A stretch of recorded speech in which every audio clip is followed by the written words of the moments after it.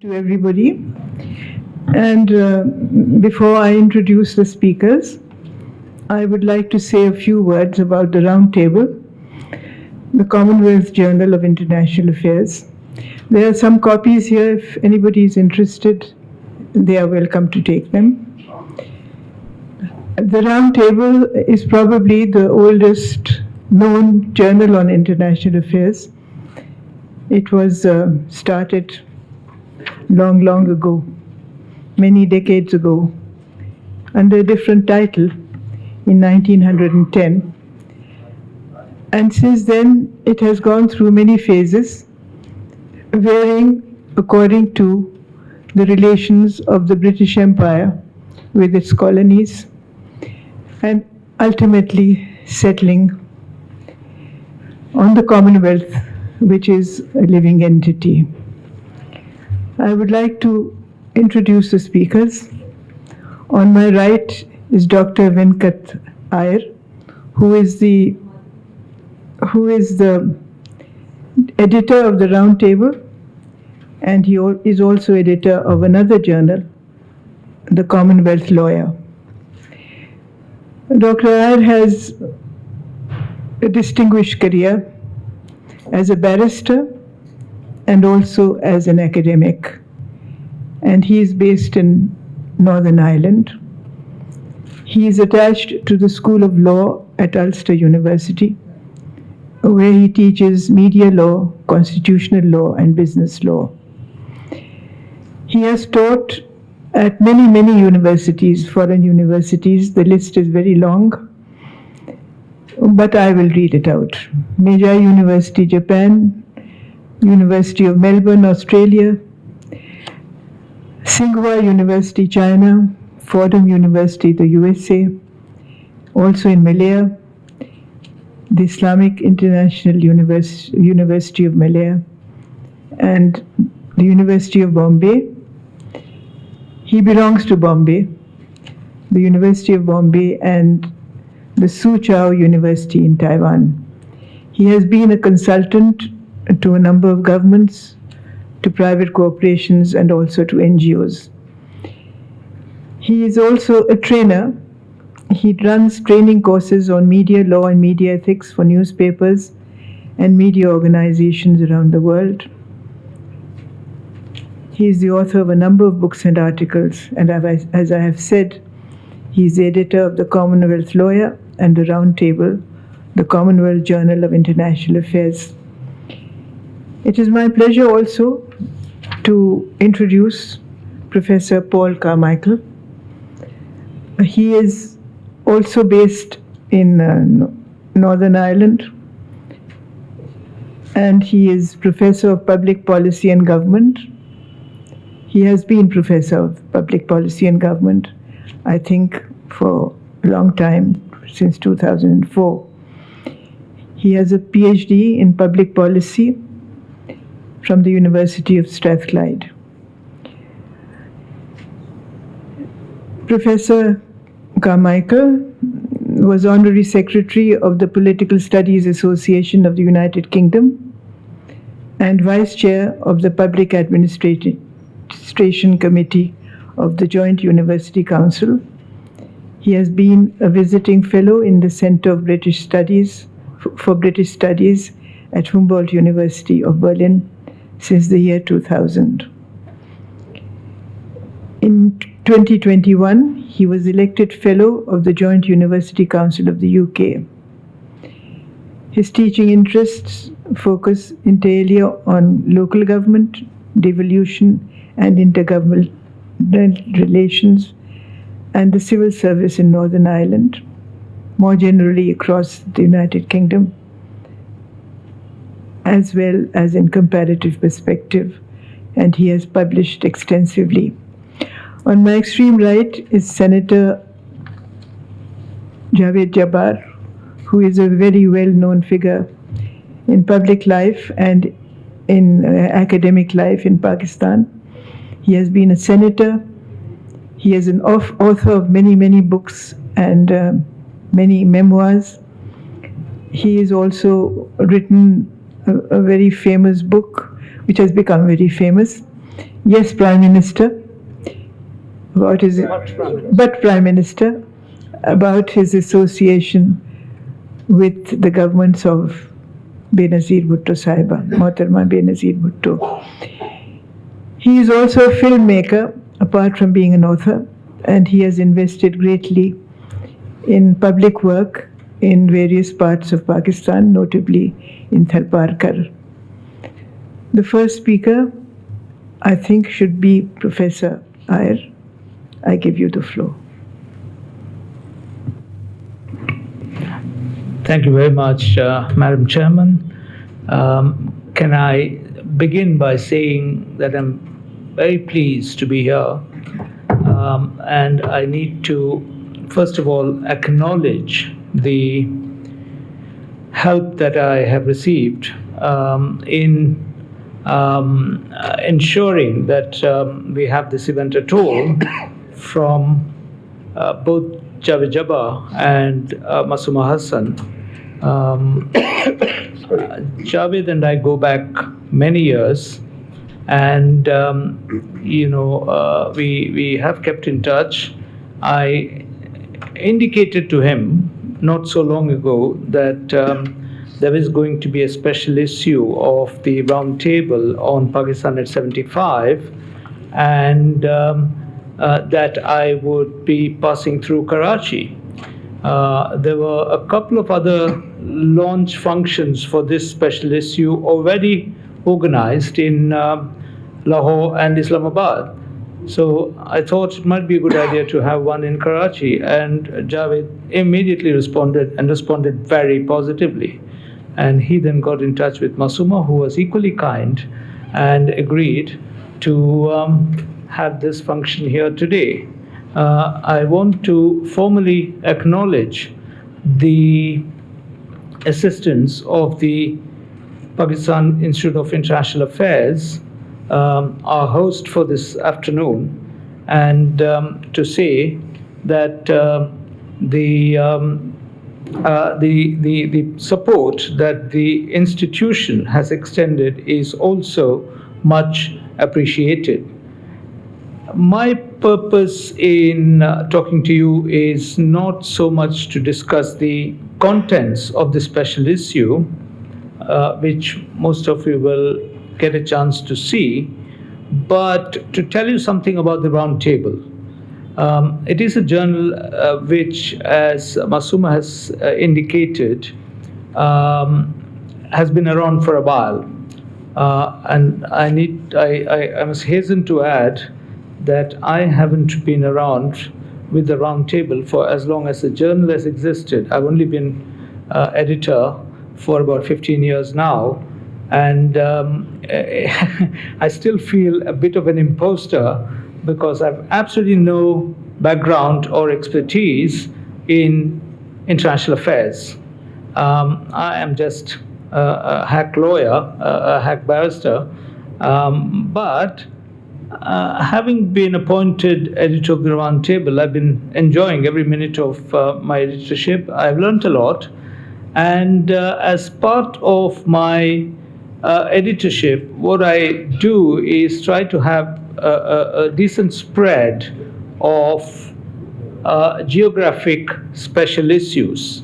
And I normally look out for opportunities to hang a special issue on. And I got a very good opportunity when, of course, both Pakistan and India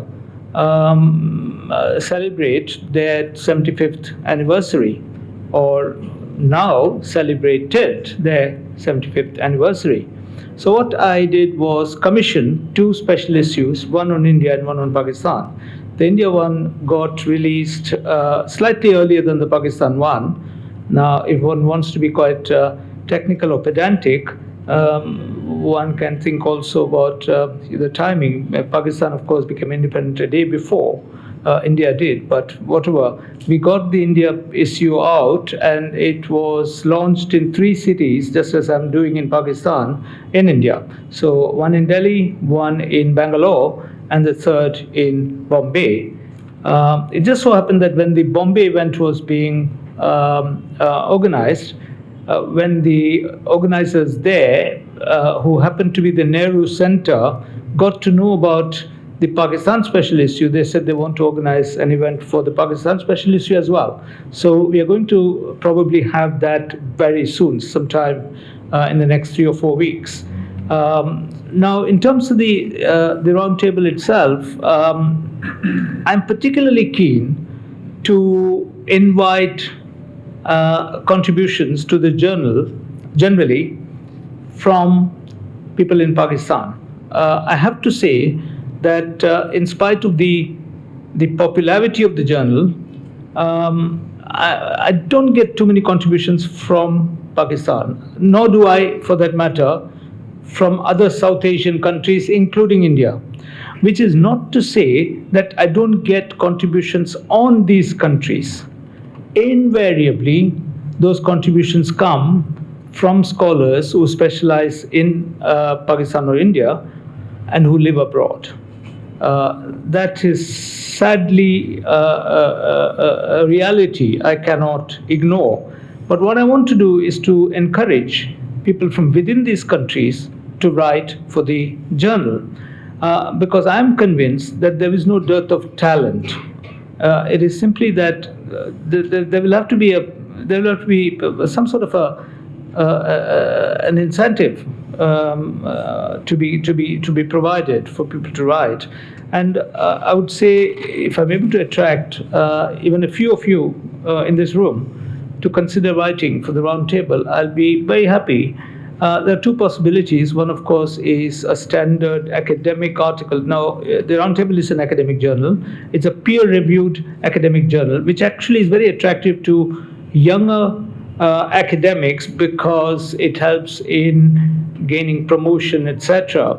But there's nothing to stop from older people also to contribute. The standard article length would be about between 5,000 and 7,000 words.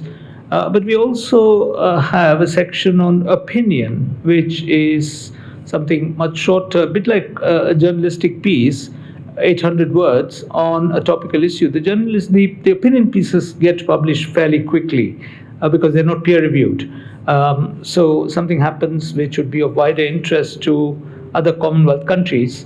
Then if I'm able to get those articles, I'll try to get them published fairly quickly. The Roundtable also does a few other things in addition to bringing out the journal. And again, what I'm going to tell you might be of interest, particularly to the younger members of this audience. First of all, we have 2 prizes within the journal, one of which is called the Hodgson Prize, named after a very distinguished previous editor of the Roundtable. Now, this is awarded annually to the writer of an essay that is adjudged to be of high quality. The prize amount is £1,000, and the only major sort of limitation or qualification would be that the person submitting an essay would have to be under the age of 30. So it's intended essentially to encourage young scholars. I qualify. You do indeed, absolutely. 3 times over. Oops. There you are. That tells you something, doesn't it?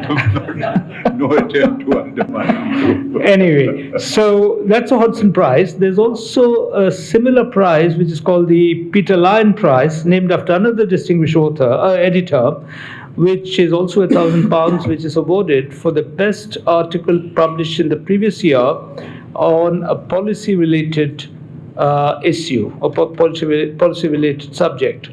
But in addition to that, there's something slightly more attractive, which is 2 studentships of the value of £5,500 each for anybody wanting to do a PhD on a Commonwealth-related topic. Now, the PhD may be done either in the UK or outside the UK. So, for example, if there was somebody in Pakistan doing a PhD on a topic which requires him or her to carry out field work or any other kind of research in the UK, they would be able to avail of the £5,500 and use it for that purpose. So that is something which also might be attractive. Both information about all these things are available on our website, which is the Commonwealth Roundtable.co.uk. There's not much else I think I can reasonably say without wasting time. I will be very happy to take any questions after all the other speakers have had their say. So I'll stop here for the present. Thank you. Yeah. Will I make you the next speaker? It's up to you, you decide. I will now request Senator Javid Jabbar to speak. Bismillahirrahmanirrahim. Thank you, Dr. Masuma Hassan, for your very gracious hospitality. It's a privilege and pleasure to be here. I also thank Dr. Tanveer Khalid and the whole PIIA team, and the two distinguished speakers to my left have already been very well introduced. I just want to tell them that both of you gentlemen, are very privileged, not only to have that distinguished lady in the middle, but these ladies and gentlemen here, my God, a microcosm of the brilliance of Pakistan. Don't believe what the media tell you about Pakistan. Seated here are highly perceptive, experienced, intelligent, self-destructive Pakistanis. No, they're not self-destructive. They have helped build this country.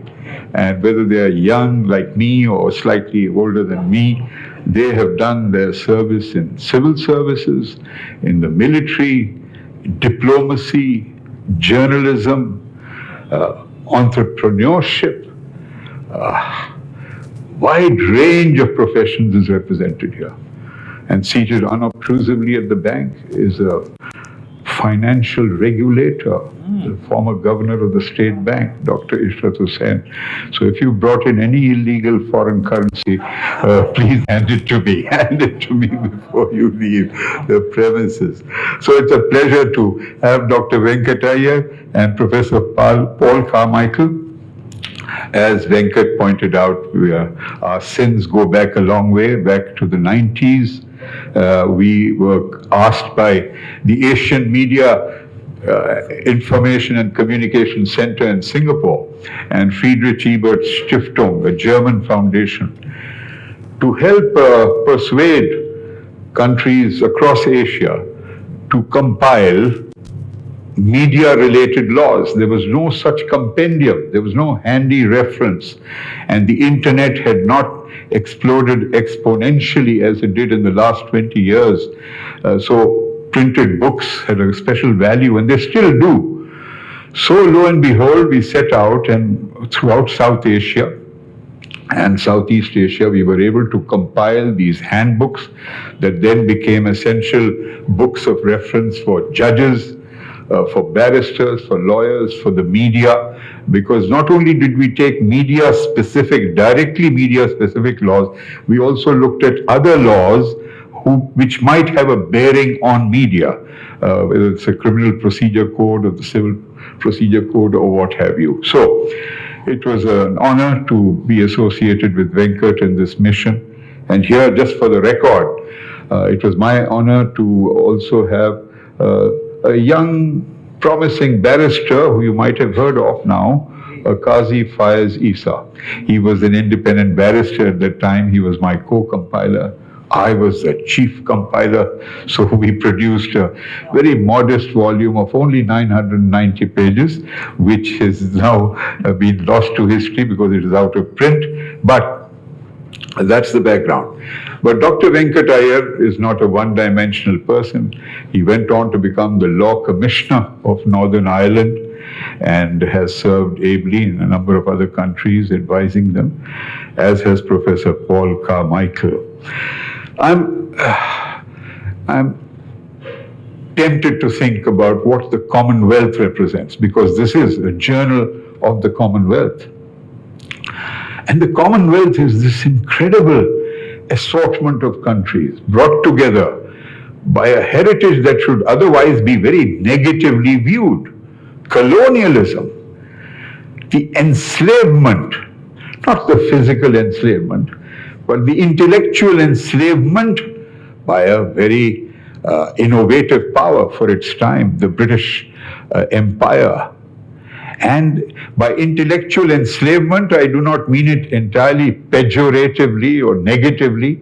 It brought scientific rationality also into intellectual discourse. It brought the English language, which was a foreign language, but which we have adopted as our own. De facto, English is Pakistan's second widest spoken language on a national basis. You have our national identity cards have English in them, postage stamps, our currency notes, our passports. I mean, Urdu is the mother tongue of only 8% of our people, but it is the lingua franca of 98% of Pakistan's population. But English is very close behind Urdu. So the Commonwealth gave us this gift of English, which is a very distinct English from the British English. It's South Asian English. It is Pakistani English. And just by speaking English, we don't become less Pakistani. We remain as thoroughly Pakistani as any Urdu-speaking Pakistani or Baloch-speaking Pakistani or Punjabi-speaking Pakistani. But so the Commonwealth has this multifaceted cultural, social dimension to it. Apart from being in political terms and geopolitical terms, the most irrationally assembled set of nations. I mean, there is no synergy in terms of similarity of size or geopolitical location.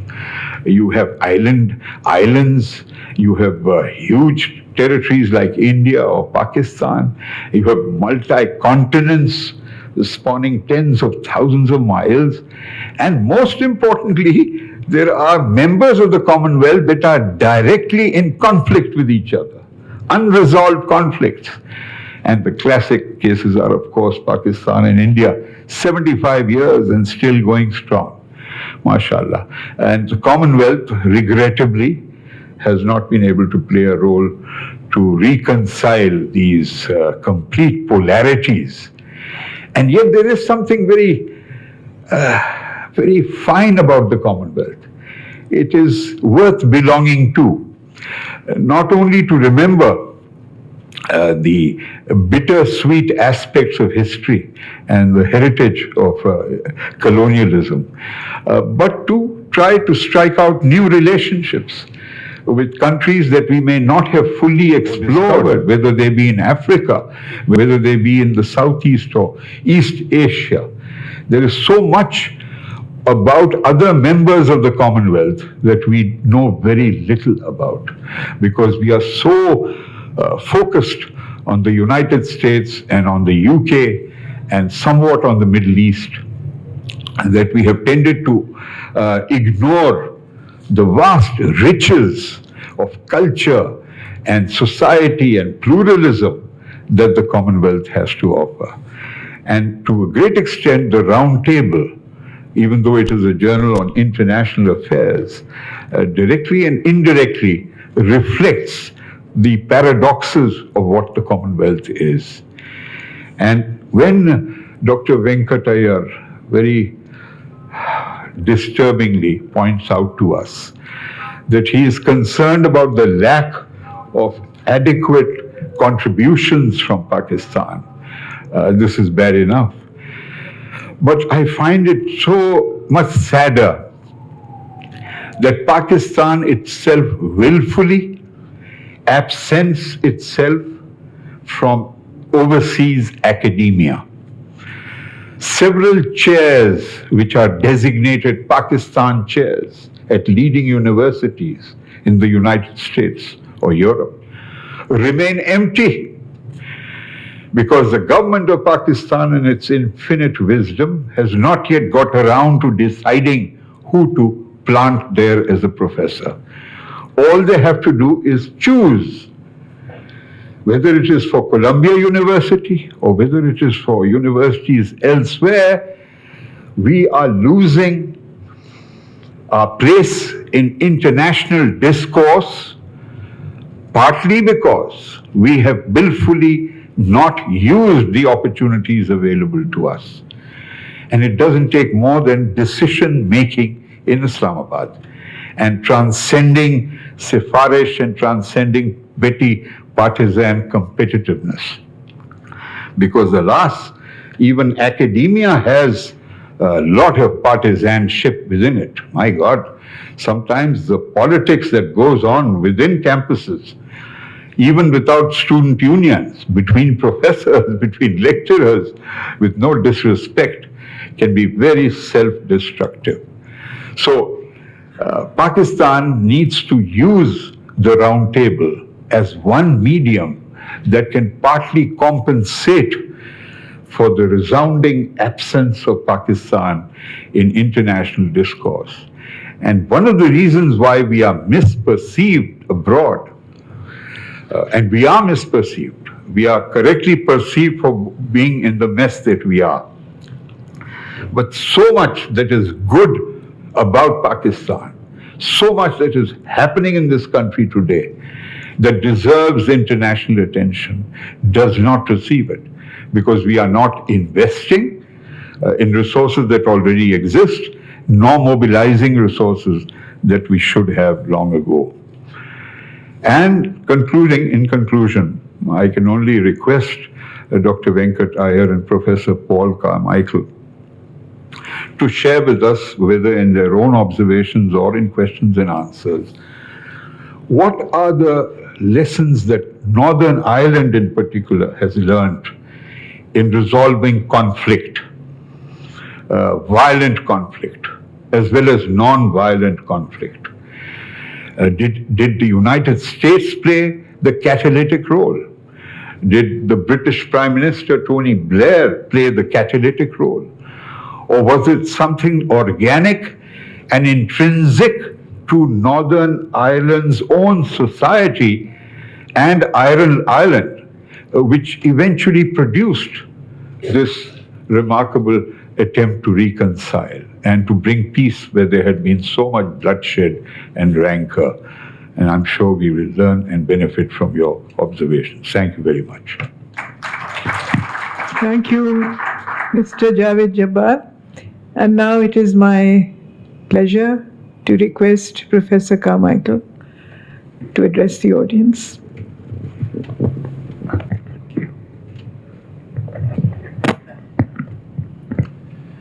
Thank you.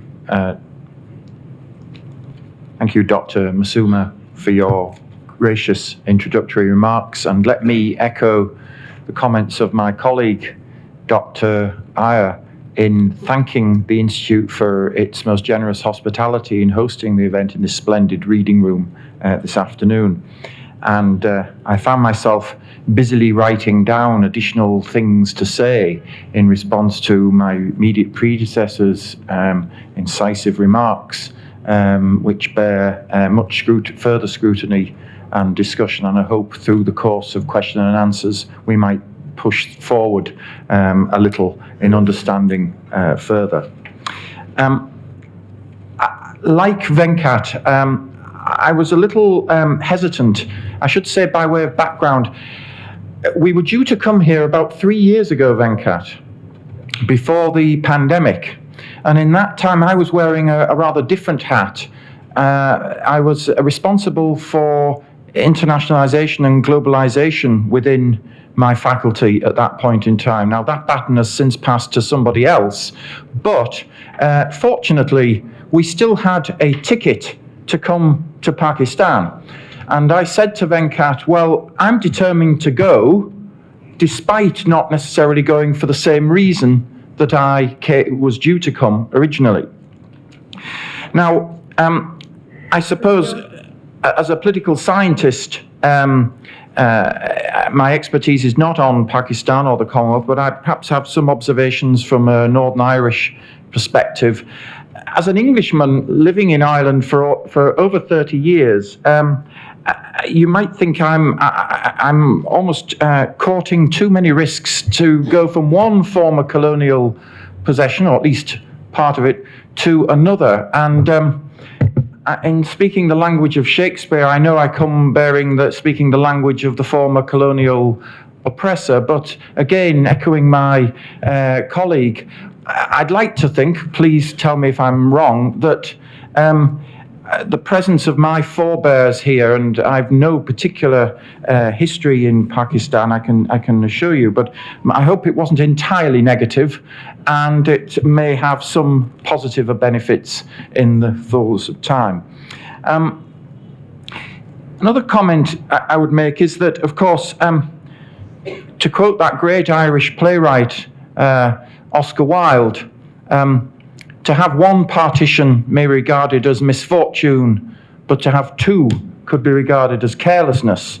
And in that sense, having experienced the effects of partition within its own backyard, within the United Kingdom, then the UK, as the colonial power, was, of course, present at the point in which two states emerged from British India back in the 1940s.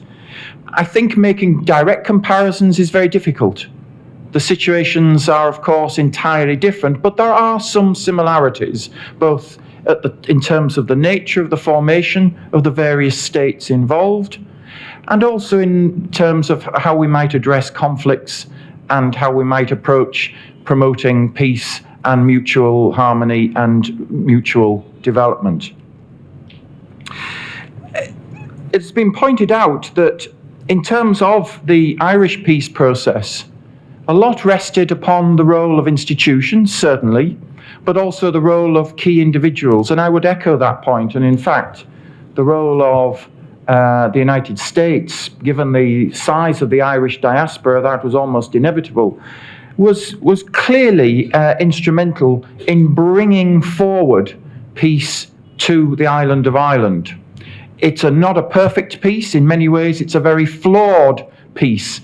And there were many steps that were taken, which many people, myself included, I lived in Northern Ireland at the time, I supported the peace process, but I did so with a heavy heart when I marked the ballot paper yes to support the agreement, because there were aspects of that agreement which were profoundly objectionable in terms of the release of people from prison who had committed the most heinous crimes, and in a sense, the legitimization of some of the antics of people who'd done those activities was something with which I found myself in profound disagreement. But you had to look at the bigger picture, the longer term. And I think this is where, in some ways, the parallels, or some parallels, may be drawn between Ireland and South Asia. Because we can all look back and say, well, if this had been done, if that had been done, it's his fault, it's their fault, and so on. But the fact is, 75 years on from the creation, the independence of Pakistan, and indeed of India, or 100 years since the partition of Ireland and the creation of Northern Ireland, what is now the Republic of Ireland, the fact is, we need I would argue, we need a latter-day realpolitik. In the words of Willy Brandt, we need to accept the world the way it is and not try and turn back the clock, be it 75 years, 100 years, or however many 100 or 1,000 years some would seek to do. In other words, constructively work with the world as it is and try and better it, rather than somehow, in a haphazard way, turn back the clock. And certainly the experience, I would contend, from Ireland is that the use of violence for political means really does serve no purpose. We have a saying in my part of the world, an eye for an eye. And of course, the retort, the witty retort, the black humour of Ireland would respond, an eye for an eye leaves people blind, both people blind. So in other words, we have to think creatively as to how to resolve our differences. And in the case of Northern Ireland, part of the United Kingdom since 1921, the partition of Ireland, we've had changes. We've gone from being a majority-minority society to now a society which is a plurality of minorities. There is no single group that is a majority within the state. The continuation of the state, Northern Ireland within the United Kingdom, rests ultimately on the principle of consent as outlined in the Good Friday Agreement, the Belfast Agreement of 1998, brokered with American and indeed European goodwill and, crucially, financial largesse. And I think that consent principle remains true today, and it must obtain indefinitely in future. That is to say, unless or until a majority of people in that jurisdiction choose to change its constitutional status, then that constitutional status should remain as it is. It cannot be changed by force. Were it to be so, it would simply exchange one set of grievances for another set of grievances, and for that reason, that offers no way forward. Now, for a good number of years, both in the 1990s and the early part of this new millennium, the relationship between Northern Ireland and its peoples improved fitfully. The relationship between Northern Ireland and people on the rest of the island of Ireland and the Republic of Ireland improved. North-south relations improved.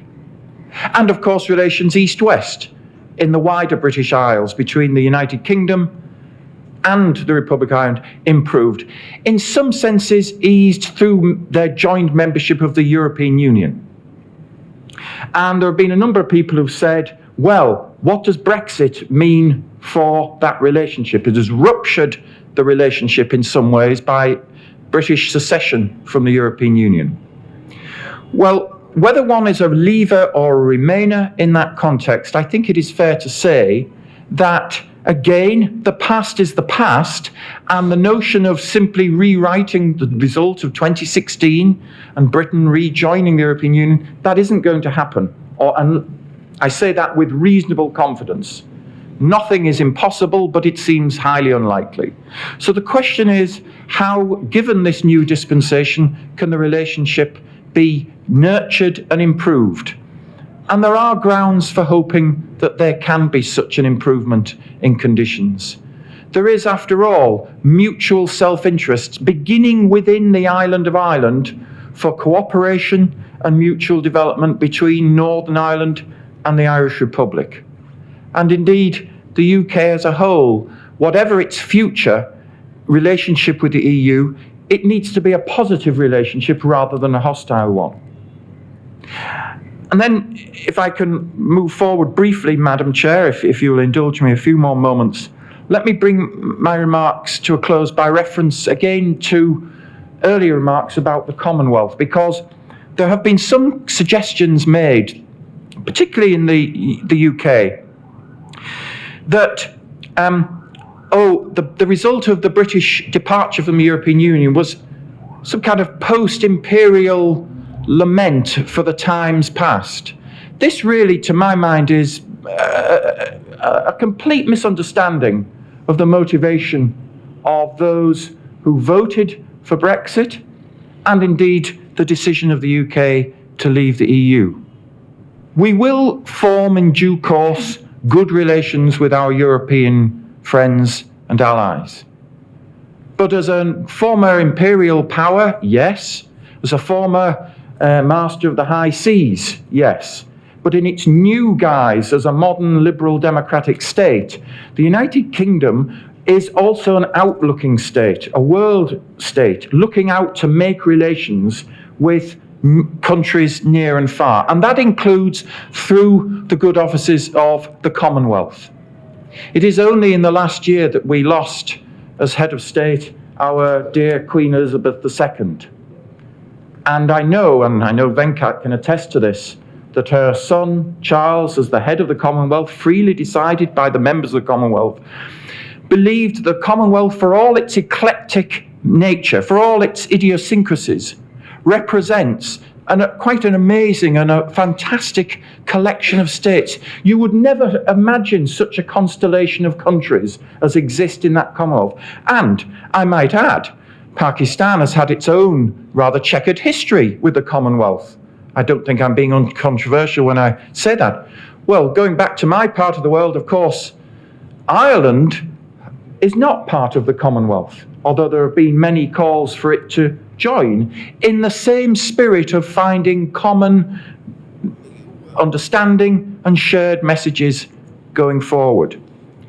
I should just close by saying that in Northern Ireland, we're a very small part of the world, 2 million people, a tiny pinprick compared with a state of like Pakistan, 250 or so million people. I think the world has rather too much exposure of Ireland and Northern Ireland. And really the world has got bigger problems than keep focusing on the Irish question, or the British question in Ireland as it's sometimes recast. But what it really ought to be doing, and it's up to the people in this room, I would venture to suggest, is to be looking elsewhere, and South Asia and Pakistan are clearly areas of the world which are going to be the focus for the 21st century. And people in Pakistan, despite external pressure and malevolent influence, I know, which comes from outside, be it from the West, the North, or the East, or from wherever it comes, it is the people within Pakistan, through journals like the Round Table and others, that are going to be able to put Pakistan metaphorically on the map, to raise awareness, because there is profound ignorance about this wonderful country. This is my first visit. I've been overwhelmed with the kindness, the welcome, the hospitality, the food, the tea in abundance. And there is such little awareness about Pakistan in my country. I have to say, unfairly, most of that knowledge is negative, or through the prism of a media which inevitably focuses on bad news. Just as, for most people, Northern Ireland conjures up an image of, oh, they're always arguing and killing one another. Well, we're not. We still argue. We still have a dysfunctional regional government, but we're getting on with it slowly, patiently, diligently. And that would be my message to you. Madam Chair, you've indulged me greatly.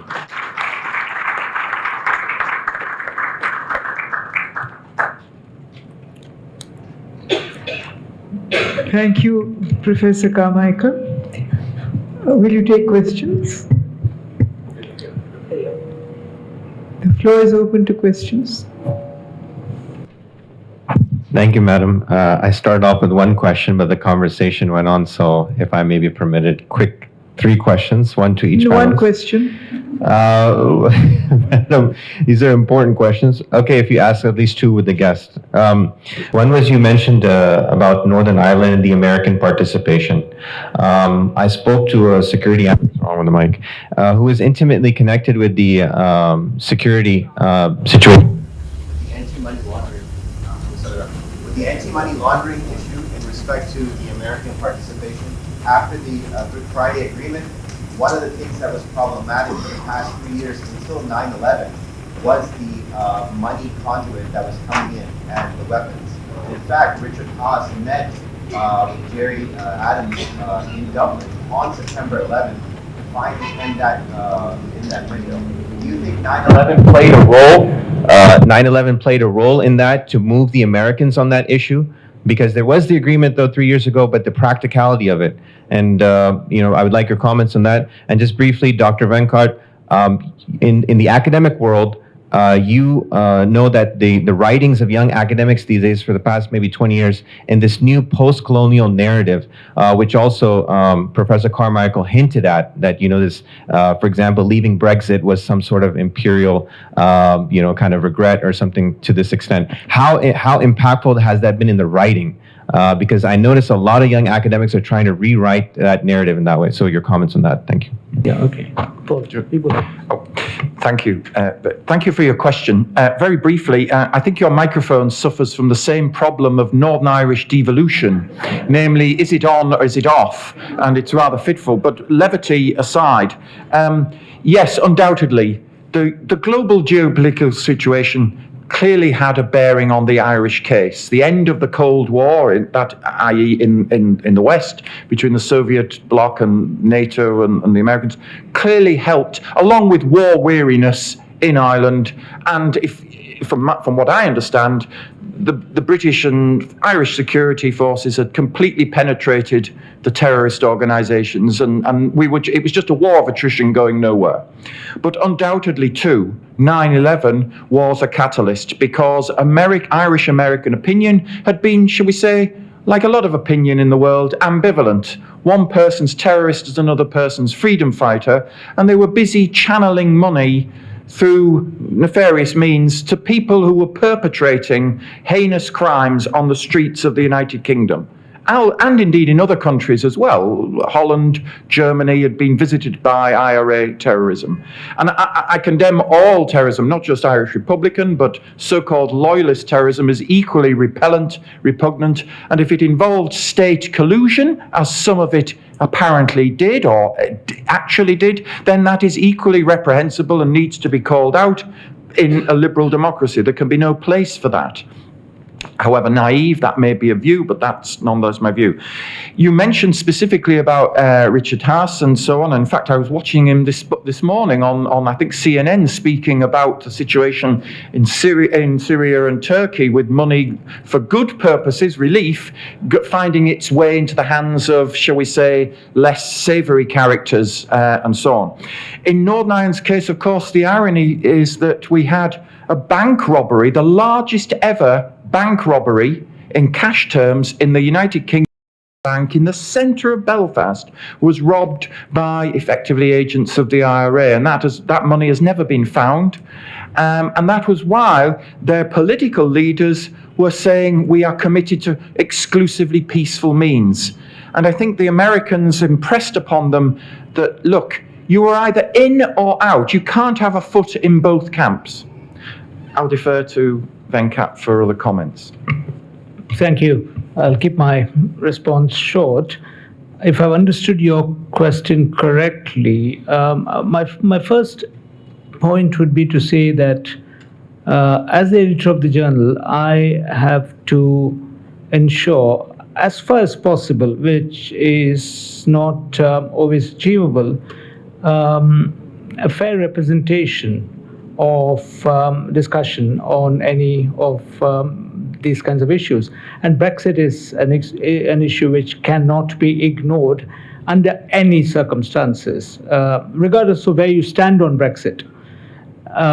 What I therefore did was, as soon as it happened, even before the decisive referendum, started commissioning articles.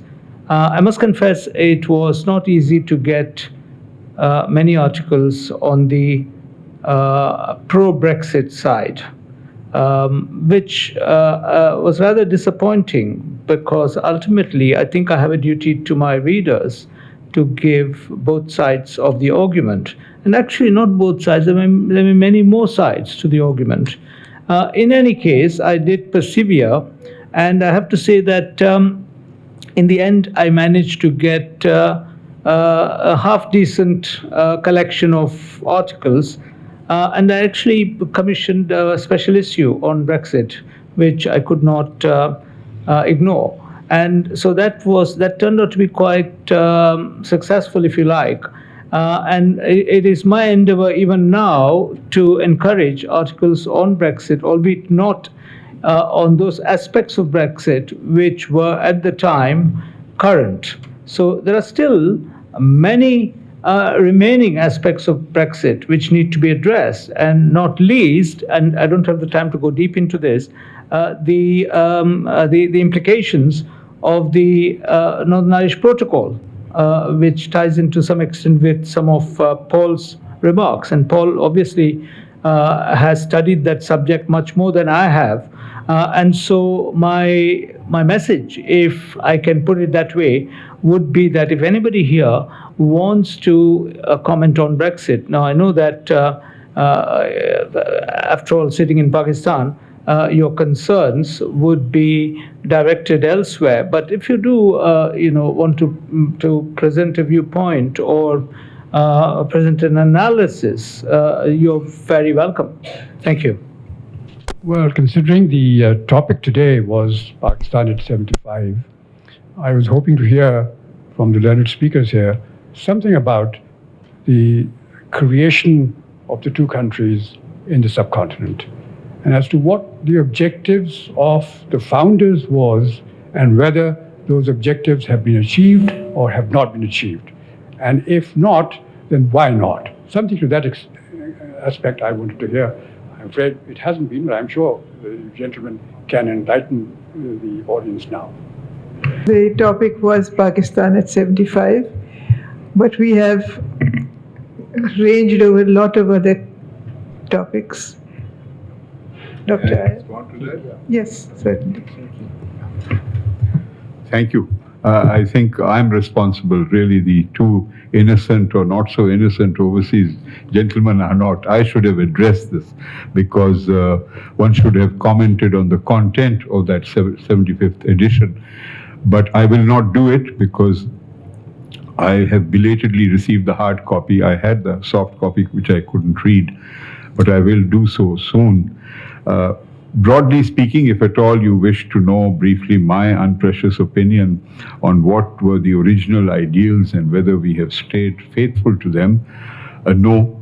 The answer is no, we have not. Yet, may I also say that we tend to underestimate our achievements, partly because of the trauma of 1971, of losing the majority of our population.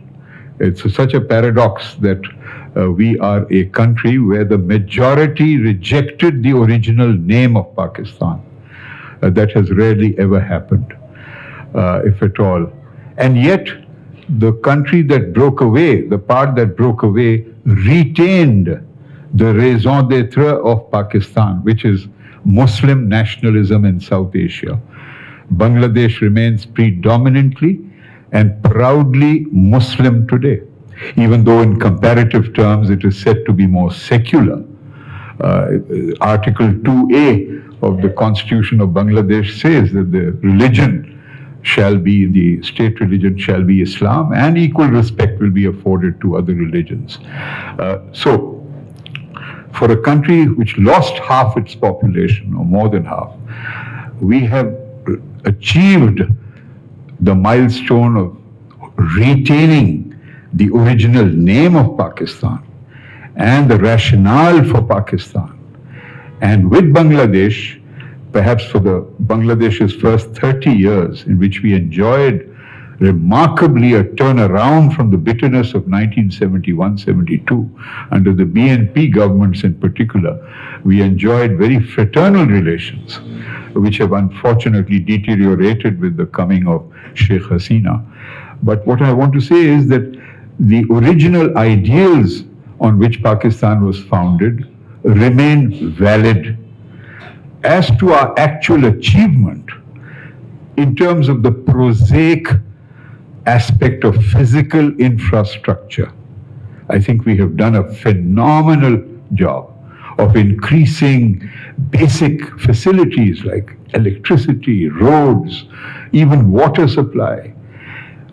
It has been diluted because of our other propensity to make babies, because our population growth rate often dilutes and erodes the good things that we have done.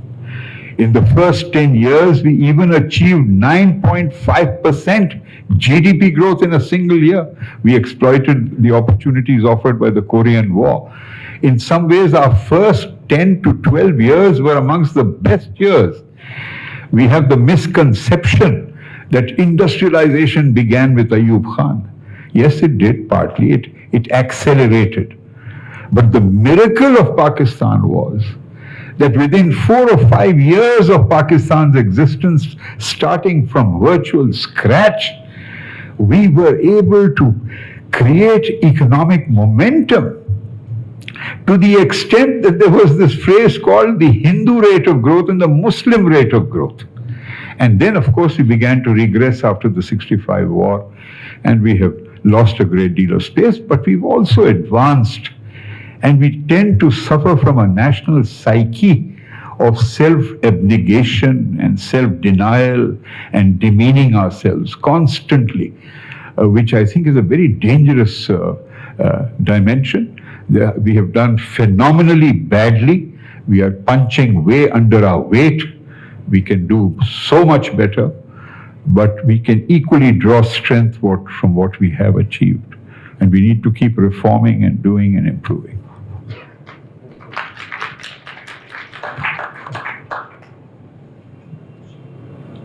जी आप फरमाइए. To Senator Saab, and 75 years, and you mentioned the movement, the Northern Ireland, as an example, and the large-heartedness, and look at the bigger picture in order to come to terms, and to move forward. And similar as example in South Africa, the Truth and Reconciliation Commission. So there's such richness within the Commonwealth to learn from. Now coming back to Pakistan, we have liberation movements as in Balochistan. Why can't we learn from these lessons and apply it here? I mean, you mentioned the heinous crimes and how they were. I mean, your heart never accepted it. Yet for the greater good, one had to move on. So would you like to comment on that? Why doesn't it sink in? Why don't we learn from these lessons? There's so much to learn.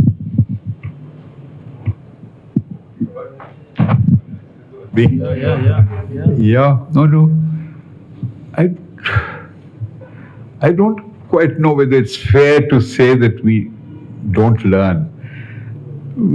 We do tend to take note of successes and failures, but there is a human propensity to be caught in repetitive cycles, which is what Professor Paul Carmichael cautioned us about, not to be entrapped by the past. We need to be inspired by the past, but we must not be entrapped by it. And that's a fine distinction. How do we do it? It's not an easy answer. But to say that we have not learned from the past, I don't know. I think we've shown a lot of flexibility in our diplomacy. We have been able to walk the fine line in the late 50s, 60s, building relations with communist China, which was isolated, which was a pariah state. We were the first state to walk out boldly and create a relationship with China and create a relationship with the United States, become a member of 2 military anti-communist pacts.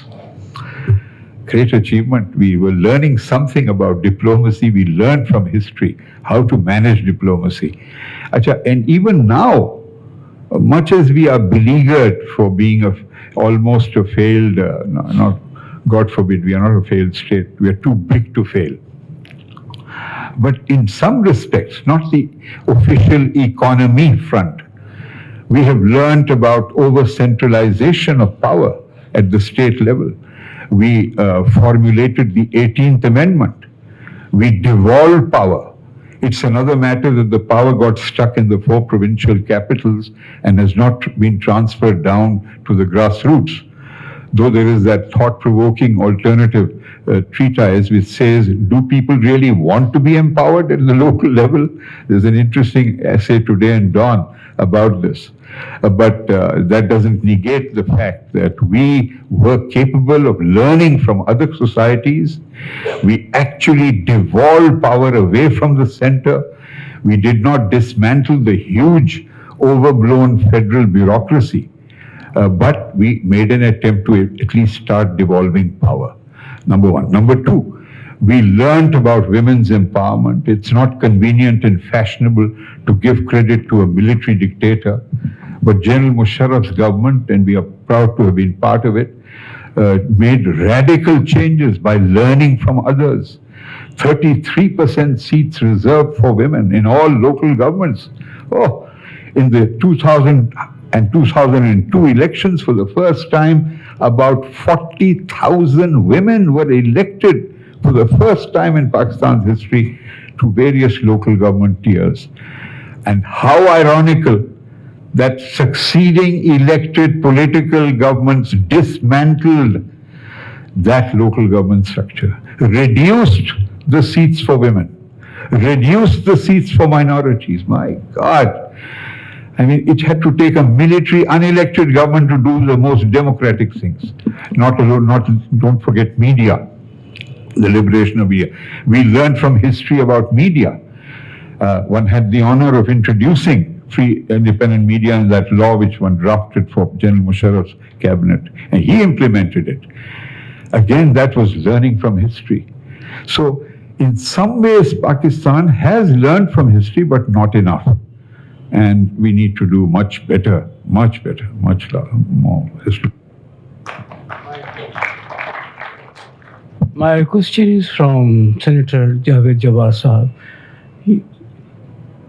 You just talked about the learning the lessons from history.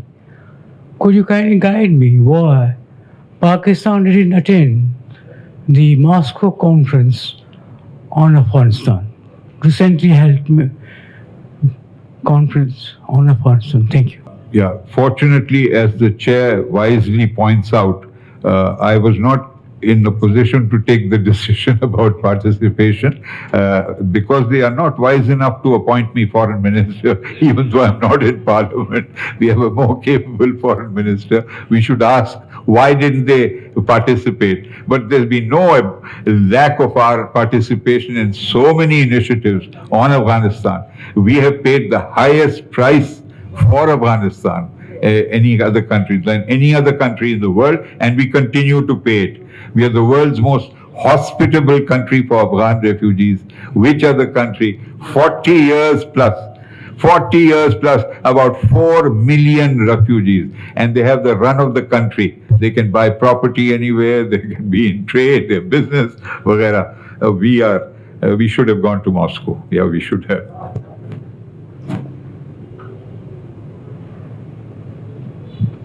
In fact, I was going to ask Rafi.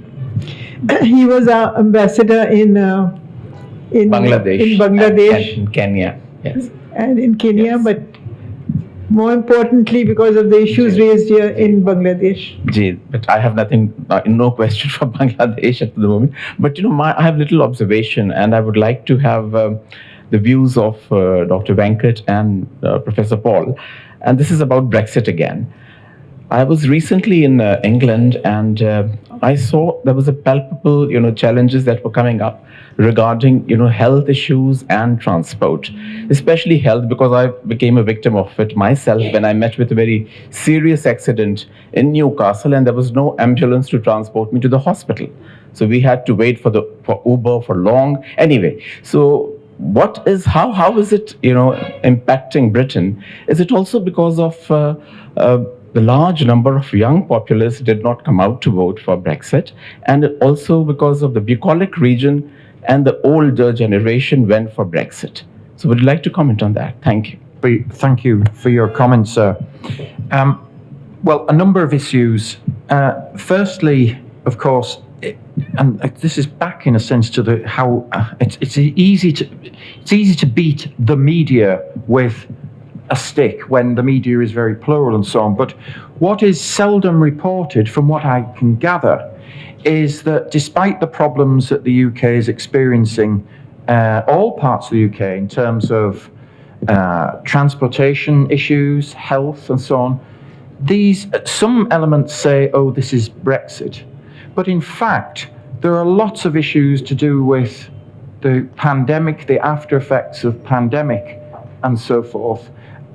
The impact of the recent spike in inflation as a result of the war in Ukraine and so on. Separating out these effects and blaming one particular factor, it's very difficult, and it would need more analysis. But in terms of your specific query, one of the things that's been said is, in terms of Brexit, is that, well, there are not enough people to do this or do that.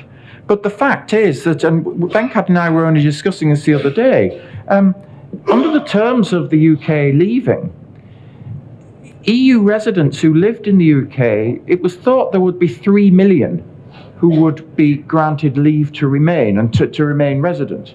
In fact, nearly 6 million people from the rest of EU have exercised that right. So, in other words, far more people were resident in the UK from other European Union countries than the government and the statisticians had ever imagined was the case. So I don't think it's a shortage of people because they're not coming from Europe. There's a problem with training enough young people. We have problems with our welfare system that might discourage people from accepting work in certain areas. These are multifaceted problems that you can't necessarily attribute to a single factor, least of all Brexit. They're different, but it's a long-term proposition. You can't expect instantaneous results, good or bad, in the short term. The long-term effects are yet to be seen. Professor Carmichael, it seems to me that somehow you are supporting Brexit. I think you owe it to this audience to explain that Brexit was nothing more than a vote on European free movement. And I'm not sure which way you voted, but the suggestion that somehow it has a positive impact or somehow you can reach out to the Commonwealth to miraculously solve your problems with your immediate neighbors. Now you have problems with them. I think it's perhaps not really the truth, because the reality is it was just an in and out referendum on immigration, ending European free movement. And in the short term, it has certainly caused a lot of damage to the United Kingdom. So would you not agree with me that Little England is being nationalistic, and where you're from, 58% of the people voted to remain in the in the European Union. So would you not agree that you're kind of giving like a false impression about how positive it may be in the future? Because having worked in UK immigration for 10 years, I can tell you that it's just Little England just being racist, just being nationalistic, and just Scotland, Northern Ireland didn't want to leave the EU, and sadly, it appears that in your presentation, somehow there's quite a lot of room to suggest that somehow there's miraculously, Britain will defeat everything because it was the master of the high seas. Now, that is very contentious. And Dr. Iyer, if you're looking for pro-Brexit contributions to your journal, perhaps you should go and knock at the door of Jacob Rees-Mogg or Boris Johnson, who just threw the whole country under his red bus just on a pack of lies. And the referendum is not binding, and attacks on the judiciary and so forth. So I mean, just for the benefit of this audience, I didn't vote to either leave or remain. I am a British citizen, but I think there's some, I wouldn't say intellectual dishonesty, but I would say that it appears that somehow the rosy picture of, Brexit and Boris Johnson and so forth, it's totally untenable. It's just outright racism against European people who had a right of free movement. That's what Brexit was. And such a marginal difference in the vote, my view is, and I hope you agree, that Little England won't make it all alone, and Rishi Sunak will not save the United Kingdom on his own either. So, and neither will the Commonwealth. Thank you. Thanks. Okay. Well, thank you for your remarks and your question. Well, let me do two things. Firstly, we cannot rerun the referendum, the campaign, or indeed the vote here. And my comments are made from the point of view of analysing what has happened, not with a view to having a particular preference. The world is as it is now, and Brexit, the vote was 2016. Yes, it was a non-binding referendum, but it had been clearly intimated to the electorate that the outcome would be, if the country voted leave, the country would leave. The question about, now a number of points were made. in the earlier remarks as well about people choosing to vote or not to choose to vote. Well, the turnout in the referendum was considerably greater than recent general elections. So this clearly had occasioned interest amongst an otherwise increasingly disinterested, one may say disenfranchised part of the British electorate. Second point, yes, immigration probably was the single largest item that was at the foremost in the minds of the voters. But it has to be said as well that there's also an element of anti-establishment, of kicking the system, kicking the government of the day, which, if you think about it, in terms of the Scottish electorate, the kickback was against the political establishment in London, so that meant supporting the line in Edinburgh of the devolved government. And for the voters in England and Wales who voted by a majority, a small majority admittedly, but voted to leave, there'd been a simmering build-up of discontent, really going back to the early part of the new millennium, about aspects of how London, the London establishment, had increasingly seen to be ignoring the interests, the views, the opinions of provincial Britain. Now, one might say it's misguided in its view. There may be racial overtones in view, but the fact in terms of the outcome has been that immigration levels to the United Kingdom have increased since the referendum and since Britain seceded from the European Union. So in terms of a policy, if it was, and its impact, it has singularly failed in what advocates of the policy set out to do. There are lots of other issues, but I think it's only fair. That European immigration is actually reduced because of that. Europeans, and you mentioned the visas, the settlement scheme, so that is also unlawful because it's in a two-stage process. The withdrawal agreement only contemplates one type of status, which is settled status, which is indefinite leave to remain settled status, where the government has got it in 2 bits.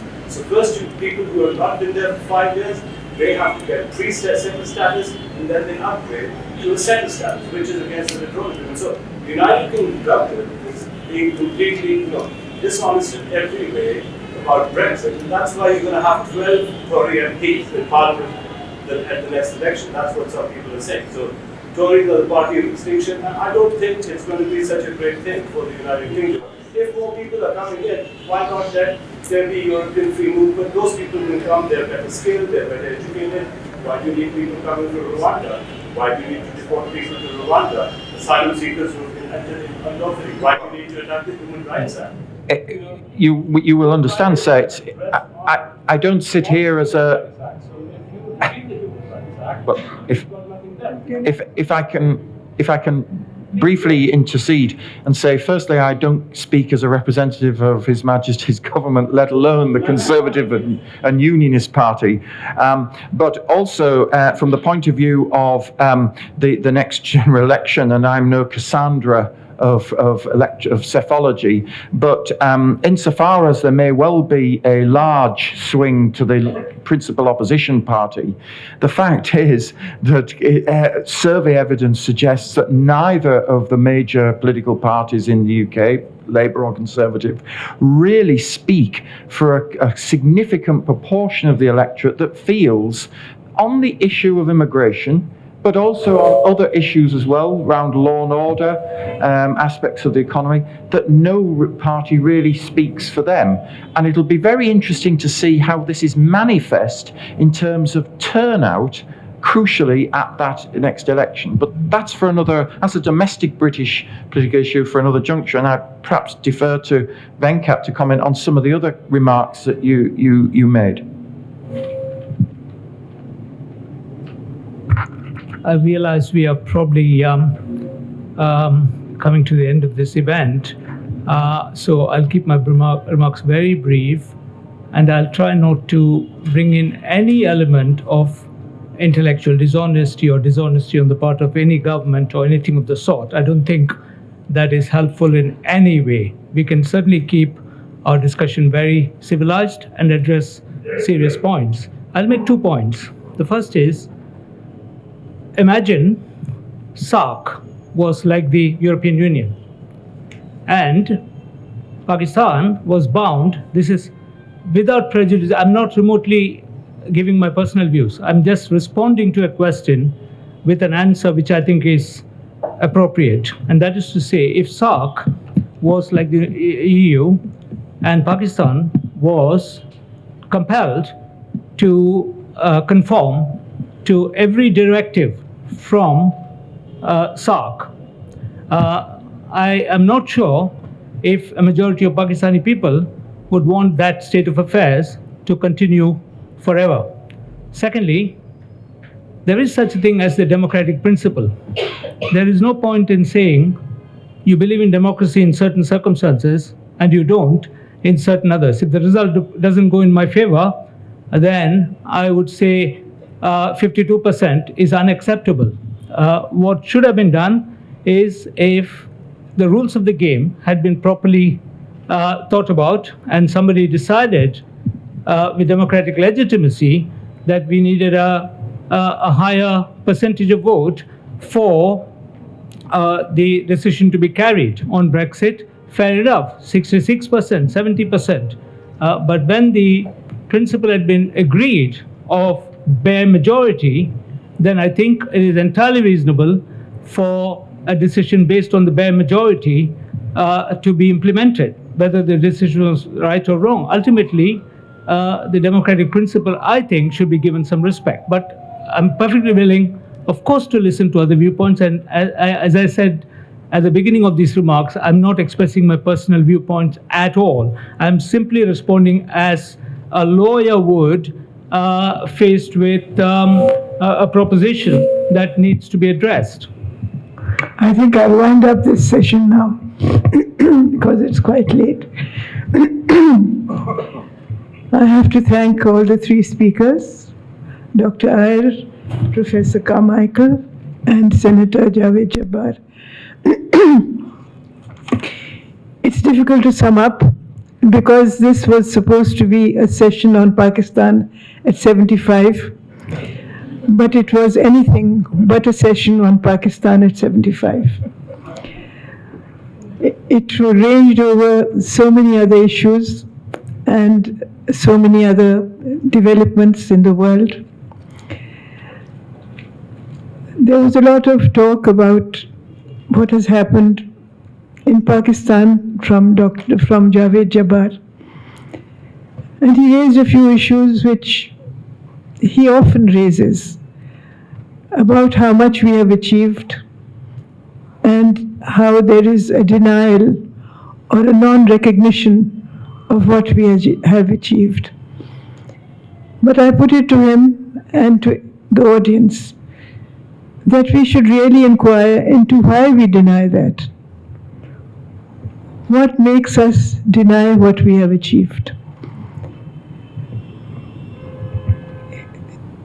Is it a kind of frustration with the country and how it is developing? What is the reason for that denial? He has also pointed out the positive trends, and there have been many.